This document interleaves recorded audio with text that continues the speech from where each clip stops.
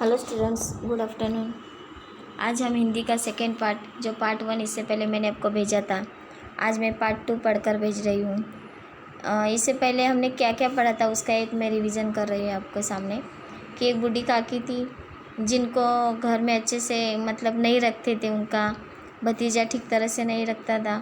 उनके लड़के और उनके हस्बैंड ऑफ हो गए थे। फिर उनके भतीजे के 2 बच्चे थे, 3 बच्चे थे, 2 लड़के थे, 1 लड़की थी। तो उसमें से बड़ा लड़का था जिसका तिलक का प्रोग्राम था।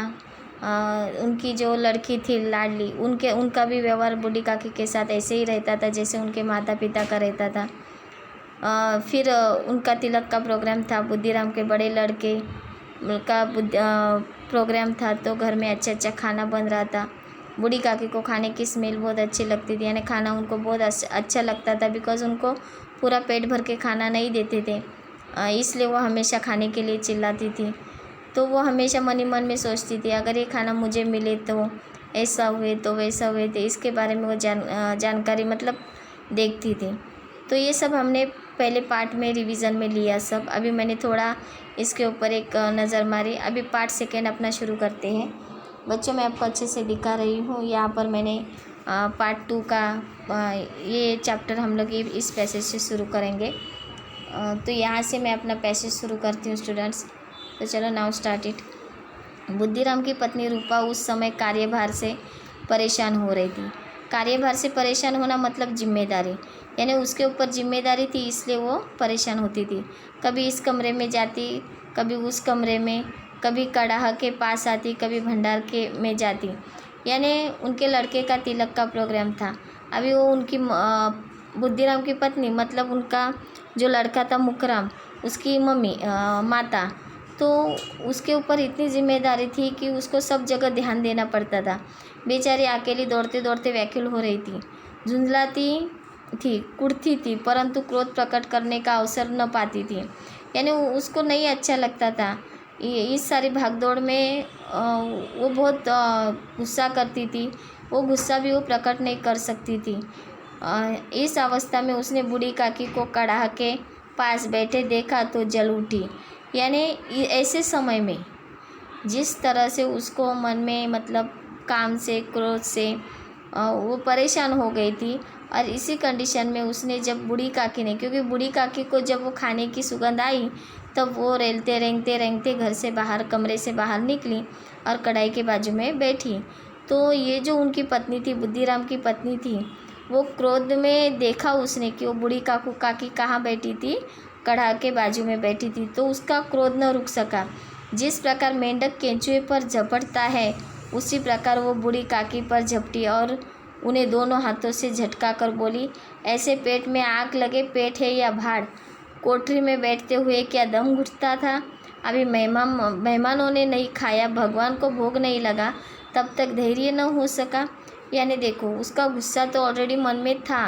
क्यों? क्योंकि उसकी भागदौड़ हो रही थी कि वो सभी कामों में ध्यान रखती थी, लेकिन उसने सभी गुस्सा बेचारी बूढ़ी काकी के ऊपर उतारा। क्यों? क्योंकि बूढ़ी काकी को जो बुढ़ापा था वो बचपन की तरह था। मैंने अपना पाठ शुरू होने से पहले ही बोला था कि जिस तरह से हमारा बचपन अपने माता पिता सहन करते, हमारी हर एक विश पूरी करते, उसी तरह से जब अपने माता पिता का बुढ़ापा आता है तब हमारा भी कर्तव्य बनता है कि उन्हें भी हमें सहन करना सीखना चाहिए। लेकिन बूढ़ी काकी के घर में कुछ वैल्यू नहीं थी। उनको कुछ खाना भी देता था तो भी खाना पेट भर नहीं होता था। अभी ये बुद्धिराम की पत्नी ने उनको इस तरह से झटकारा जैसे कि कोई मेंढक के केंचुओं पर झपटता है, इस तरह से। यानी बहुत सारा उनको बोली। बूढ़ी काकी ने सिर उठाया, न रोई न बोली, चुपचाप रेंगती हुई अपनी कोठरी में चली गई। भोजन तैयार हो गया है, आंगन में पतले पड़ गई, मेहमान खाने लगे। यानी वो बेचारी उनकी बातें सुनकर अपनी कोठरी में चली गई। फिर भोजन तैयार हो गया, आंगन में सब पतले पड़ गए, यानी खाने के लिए लोग सब बैठ गए, मेहमान भी खाने लगे। बूढ़ी काकी अपनी कोठरी में जाकर पश्चाताप कर रही थी कि मैं कहाँ चली गई। यानी उनको बहुत बुरा लगा जब उनकी बहू बुद्धिराम की पत्नी ने जब उनको डांटा, उनको बहुत बुरा लगा और वो सोचने लगी कि मैं कहाँ गई उस कढ़ा के बाजू में बैठने। उनको पछतावा होने लगा। उन्हें रूपा पर क्रोध नहीं था, अपनी जल्दबाजी पर दुख था। यानी देखो तो भी वो बूढ़ी काकी इतना मतलब उनका व्यवहार इतना अच्छा था कि इतना डांटने के बाद भी उस रूपा पर, यानी बुद्धिराम की पत्नी का नाम क्या था, रूपा, रूपा पर क्रोध यानी गुस्सा, उसके ऊपर गुस्सा नहीं आया, लेकिन खुद के ऊपर उनको दुख महसूस हुआ। सच ही तो है, जब तक मेहमान लोग भोजन न कर लेंगे घर वाले कैसे खाएंगे। मुझसे इतनी देर भी नहीं रह गया, अब जब तक कोई बुलाने न आएगा न जाऊंगी। यानी उसने बेचारी ने ऐसा सोचा कि नहीं, उसने रूपा ने जो कहा वो सही है कि जब तक भगवान को भोग नहीं चढ़ाएंगे, मेहमानों में खाना नहीं खाएंगे, तब तक मैं कैसे खा सकती हूँ। अभी जब तक कोई मुझे बुलाने नहीं आएगा तब तक मैं जाऊँगी नहीं। बच्चे आई थिंक हम कहाँ पे आए हैं इसका मैं एक बार दोबारा आपको रिमाइंड करके दिखाती हूँ। अभी यहाँ पे इस पैसेज पे हम लोग आए हैं। चलिए यहाँ से हम शुरुआत करते हैं। मन ही मन में इसी प्रकार का विचार कर वह बुलावे का इंतज़ार करने लगे। यानी उसने सोचा कि जब तक मुझे कोई बुलाने नहीं आएगा तब तक मैं खाना खाने नहीं जाऊंगी। उसने अपने मन को ठान लिया था। वो मन को बहलाने के लिए लेट गई, धीरे धीरे गीत गुनगुनाने लगी। उन्हें मालूम हुआ कि मुझे गाते देर हो गई। क्या इतनी देर तक लोग भोजन कर रहे होंगे? किसी की आवाज़ नहीं सुनाई देती। अवश्य ही लोग खा पी कर चले गए। मुझे कोई बुलाने नहीं आया। रूपा चिढ़ गई है, क्यों जाने न बुलाए। बूढ़ी काकी चलने के लिए तैयार हुई। ये विश्वास है कि 1 मिनट में पुड़िया और मसालेदार सब्जियां सामने आएगी। उसकी स्वादेंद्रिया गुदगुदाने लगी। स्वादेंद्रिया मतलब नाक, जिससे हम स्वाद लेते हैं, बराबर। गुदगुदाने लगी मतलब वो मन ही मन में सोचने लगी कि मुझे वहाँ जाऊँगी तो मुझे तुरंत पुड़िया और मसालेदार सब्जियाँ मेरे सामने आएगी और मुझे खाने को मिलेगा। उन्होंने मन में तरह तरह के मंसूबे बांधे। पहले अपनी सब्जियों से पुड़िया खाऊंगी, फिर दही और शक्कर से कचौड़ी रायते के साथ मज़ेदार मालूम होगी। कोई बुरा माने चाहे भला, तो मैं तो मांग मांग कर खाऊंगी। यानी उसने सोचा मन ही मन में कि मुझे कोई बुरा बोले कि अच्छा बोले, लेकिन मैं तो सब कुछ मांग मांग कर खाऊंगी। यही न लोग कहेंगे कि इन्हें विचार नहीं। कहाँ करे, इतने दिन के बाद पुड़िया मिल रही है तो मुंह झूठा करके थोड़ी ही उठ जाऊंगी। यानी लोग मुझे बोलेंगे कि इसको क्या मिलता नहीं, क्या इतना मांग मांग कर खा रही है। लेकिन उस बेचारी को तो पुड़िया भी तो बहुत दिनों के बाद मिली है। तो वो उकड़ू बैठकर हाथों के बल सरकती हुई आंगन में आई। परंतु हाय दुर्भाग्य, मेहमान मंडली अभी बैठी हुई थी। कोई खाकर उंगलियां चाटता था, कोई तिरछे नेत्रों से देखता था और लोग अभी खा रहे हैं या नहीं। इतने में बूढ़ी काकी रेंगती उनके बीच में जा पहुंची। पंडित बुद्धिराम काकी को देखते ही क्रोध से तिलमिला गया। लपक कर उन्होंने काकी के दोनों हाथ पकड़े और घसीटते हुए लाकर उन्हें अंधेरी कोठरी में धम से पटक दिया। वो बेचारी तो चली गई कि उसको मुझे अभी तक बहुत टाइम हो गया, सभी ने खाना खा लिया होगा, मुझे खाने के लिए नहीं कोई बुलाया है। लेकिन उसको अच्छा खाने की बहुत इच्छा थी, इसलिए वो बेचारी हाथों से लपेटते लपेटते वहाँ पे चली गई। लेकिन बुद्धिराम ने जब देखा तो उसको दोनों हाथ पकड़ के अंधेरी कोठरी में धम से पटक दिया। मेहमानों ने भोजन किया, घर वालों ने भोजन किया, बाजे वाले धोबी नाऊ ने भी भोजन कर चुके, परंतु बूढ़ी काकी को किसी ने पूछा नहीं। बुद्धिराम और रूपा दोनों बूढ़ी काकी को उनकी निर्लज्जता के लिए दंड देने का निश्चय कर चुके थे। यानी देखो, बुद्धिराम और रूपा यानी बुद्धिराम और उसकी पत्नी, वो दोनों ने खाना तो नहीं खिलाया, बट उन्होंने जो व्यवहार किया खाने के लिए, उस व्यवहार के बदले उनको दंड देने की वो निश्चय कर रहे थे। उनके बुढ़ापे पर, दीनता पर किसी की करुणा न आई। करुणा यानी दया, बराबर। दीनता यानी बहुत ही बेकार कंडीशन, बुरी हालत।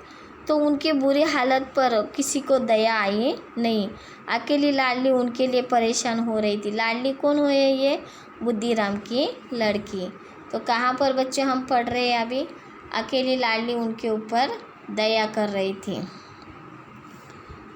लाडली को काकी ने अत्यंत प्रेम था। देखिए यहाँ पर आए हम लोग। लाडली को काकी का अत्यंत प्रेम था।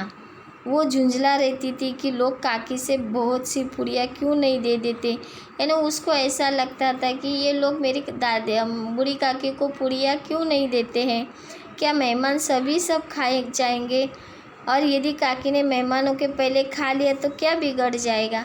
यानी उसके अंदर सोच कितनी अच्छी थी बच्चों, कि वो बेचारी इतनी तिलमिला रो कर रही है कि मुझे खाना कब मिलेगा, ये खाने की राह वो देख रही है।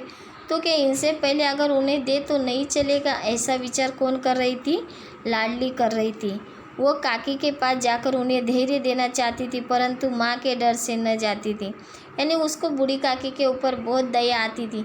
वो सोचती थी कि मैं काकी के पास जाऊँ और उनको थोड़ा धैर्य दूँ, बट उसकी माँ के कारण, यानी उसको पता था कि अगर मैं काकी के पास गई तो मुझे मेरी माँ डांटेगी, इसके कारण वो नहीं जाती थी।